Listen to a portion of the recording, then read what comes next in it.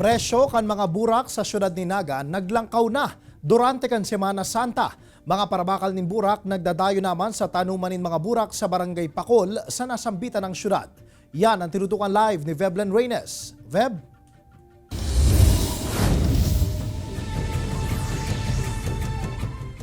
Jessie, dawa mauran nagpuon ng magdagsaan mga parabakal nin burak digdi sa Barangay Pacol sa Naga City. Dakol sa inda, an may mga pagsasadiring santo na laob nidang mabugtakan kan dekorasyon gamit ang mga mababakal na mga burak para sa pagbabalik kan mga relihiyosong aktibidad.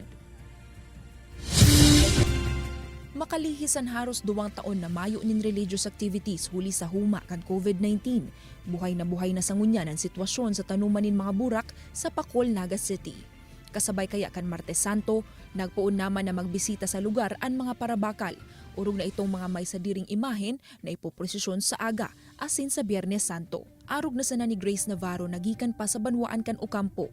Alagad nagtuyo mismo sa Pacol nganing magbakal nin mga preskong burak na gagamito ninda como dekorasyon sa saindang imahen na nakatalang iprosesyon sa aga. Segun sa iya, puun pa kan mga nakalihis sa taon pirmi na sindang nagtutuyo sa lugar na ini, nganing magbakal nin dakol na burak, huli ta mas makakabarato subuot kumpara sa merkado publiko. Dawa nga ni naguuran-uran, garo may palaog na sabing bagyo, pero po yaon kami digdi sa Pacol. Digdi po kay Ate Roma mag-agom. Digdi po kami taon-taon tuwing Semana Santa po, tapos mabalik naman po kami sa November. Sa ibong kaini, positibo man ang mga paratanom nin burak na mababawi ninda ngunyan ang pagkalugi ninda kan mga nakaaging taon na daipapigtugutan ang mga aktibidad sa Semana Santa huli sa huma kan pandemya. Alagad sa ibong kaini, naanotaran man subuotan pagmahal sa ngunyan kan mga burak nin haros 50 pesos. Mas okay po ngunyan, nagmahal kasi price ni ngunyan. Nagmahal man po si mga ginamit ni mga abono.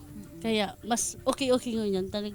Kung sa ano, diyan na kami nagbabawi itong mga ginamit ni mga gamit sa pagtanong. Ngunyan kaya, nasa 200 na ang kada dosena kan golden yellow na dating nasa 150 pesos sana. Nasa 180 to 200 naman ang wonder white, aster asin regata na dating nag-aabot sana sa 150 pesos. Apwera sa mga lokal na mga burak, igwamanin mga supply na gikan sa Baguio, arog kan mga rados na puti na nasa 250 to 300 pesos ang kada dosena.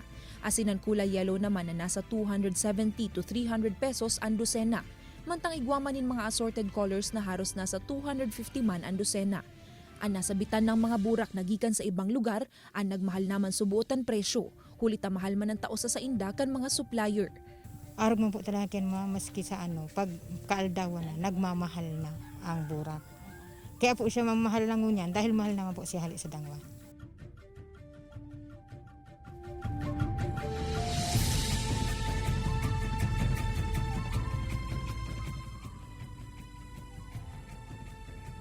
Jessie, piglalauman kan mga paratanom na mas madakol pa at mga customer na maarabot sa Huwebes asin Biyernes para sa mga masunod na mga aktibidades kan simbahan. Pagkatapos kan Semana Santa, maprepara naman sindanin mga pananom para sa bulan nin Mayo. Jessie?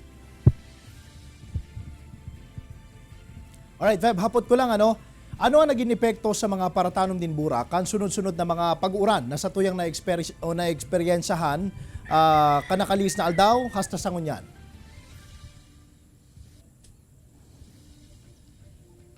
Jessie, sigun sa mga paratindanin burak digdi, daiman gayo sindang apektado kan maraot na panahon. In fact, mas makakatabang pa sa inda asin sa mga burak ninda itong pag-uran-uran basta dai nagkukusog ang pag-uran. So bago pag-abot ta digdi, Jessie, kadakol pa kan mga nag-aarabot na parabakal, may mga bitbit sinda kanya-kanya nidang plastic, kanya-kanya nidang planggana, tanganing aprobetsaran pa ang mga natatadang burak digdi. Jessie?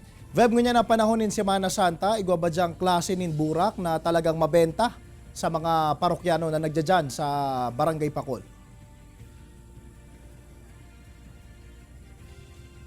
Yes, Jessie, sigun sa mga paratindaan, mga pinakamabenta digding klase nin burak iyo na Wonder White, asin ang Golden Yellow, asin ang pang-accent na burak, si mga saradit na burak ini, Jessie, si mga aster, asin dikit na kaaraman lang, Jessie, saro sa mga pigihiling na simbolo kan na Semana Santa ang burak na lilis, especially kun Easter, simbolo ini kan bagong paglaom, espiritualidad, asin kaugmahan. Ang mahamot na parong kaini iyo ang garo nagwe-welcome sa bagong buhay ni Hesukristo pagkatapos kan resurreksyon. Jessie? Alright, Jos Mabalos, Web.